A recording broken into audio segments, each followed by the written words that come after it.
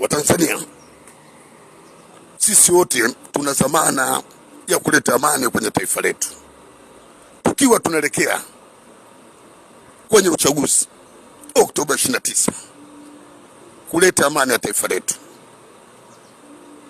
Hakika leo nimetembelea kwenda kununua sanduku la kusafirishia mwili wangu, kwa kuwa katika harakati za kupigania amani la taifa yangu.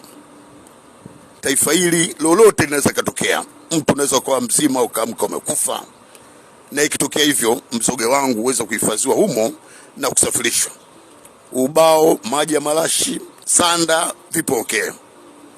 Kwa hiyo tupo kwa ajili ya maslahi ya Watanzania, nipo kwa ajili ya kudumisha amani ya Tanzania.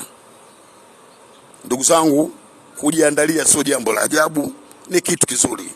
Hakuna mlinzi wa dunia, hakuna marefu yasiokuwa na ncha. Hata usimame vipi, lakini kuna siku itafika, kila nafsi itaonja.